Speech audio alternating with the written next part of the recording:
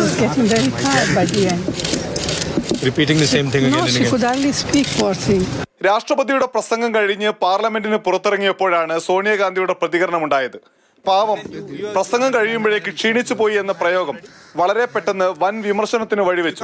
ആദ്യം BJP എംപിമാരും പിന്നാലെ രാഷ്ട്രപതി ഭവനും തന്നെ പ്രതിഷേധിച്ചു. संवैधानिक सर्वोच्च पद पर बैठे हमारे आदिवासी महामहिम राष्ट्रपति जी का अपमान करते हैं, वो संविधान का भी अपमान करते हैं. രാഷ്ട്രപതിയുടെ അന്തസ്സിനെതിരായ പ്രസ്താവനയാണ് ചില കോൺഗ്രസ് നേതാക്കന്മാരിൽ നിന്നുണ്ടായത്. പ്രസംഗത്തിന്റെ ഒരു ഘട്ടത്തിലും രാഷ്ട്രപതി തളർന്നിട്ടില്ല.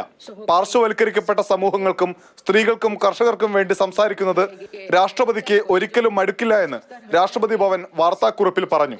നേരത്തെ ഇരുസഭകളെയും അഭിസംബോധന ചെയ്ത് പ്രസംഗിച്ച രാഷ്ട്രപതി വഖഫ് ബില്ല് സർക്കാരിന്റെ പുരോഗമനപരമായ കാൽവെപ്പാണെന്ന് പ്രശംസിച്ചു. ഒരു രാജ്യം ഒരു തിരഞ്ഞെടുപ്പ് ബില്ലിന്റെ ഗുണത്തെപ്പറ്റി രാഷ്ട്രപതി പ്രസംഗത്തിൽ പരാമർശിച്ചു. മൂന്നാം മോദി സർക്കാർ മൂന്നിരട്ടി വേഗത്തിൽ പദ്ധതികൾ നടപ്പിലാക്കുന്നു. 25 കോടി ജനങ്ങളെ അതിദാരിദ്ര്യത്തിൽ നിന്നും സർക്കാർ കരകയറ്റി. ഇന്ത്യ ഉടൻ മൂന്നാമത്തെ വലിയ സാമ്പത്തിക ശക്തിയാകുമെന്നും ഇന്ത്യക്കാരൻ വൈകാതെ ബഹിരാകാശത്തെത്തുമെന്നും രാഷ്ട്രപതി.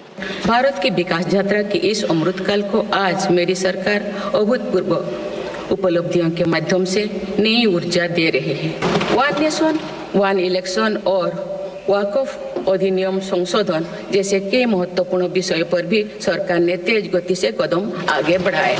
സർവ്വമേഖലയിലുമുള്ള വികസനവുമായി മുന്നോട്ടെന്ന് സഭാ സമ്മേളനം ആരംഭിക്കുന്നതിന് തൊട്ടു മുൻപ് പ്രധാനമന്ത്രി നരേന്ദ്രമോദി 2047 जब आजादी के 100 साल होंगे, विकसित भारत का जो संकल्प देश ने लिया है, ये बजट एक नया विश्वास पैदा करेगा, नई ऊर्जा देगा. നാളെ രാവിലെ 11 മണിക്കാണ് ധനമന്ത്രി നിർമ്മലാ സീതാരാമൻ ബജറ്റ് അവതരിപ്പിക്കുക. അതിനു മുന്നോടിയായി സാമ്പത്തിക സർവേ റിപ്പോർട്ട് ഇരുസഭകളുടെയും മേശപ്പുറത്ത് വെച്ചു. വയനാടിന് പ്രത്യേക പാക്കേജ് ലഭിക്കുമോ എന്ന് കേരളം പ്രതീക്ഷയോടെ ബജറ്റിനെ ഉറ്റുനോക്കുന്നു. വഖഫ് ബില്ലിൽ ഉൾപ്പെടെ ശക്തമായ പ്രതിഷേധമുയർത്തുമെന്ന് കോൺഗ്രസ് വ്യക്തമാക്കുന്നുണ്ട്. ഡൽഹിയിൽ നിന്ന് അനൂപ് ദാസ്, മാതൃഭൂമി ന്യൂസ്.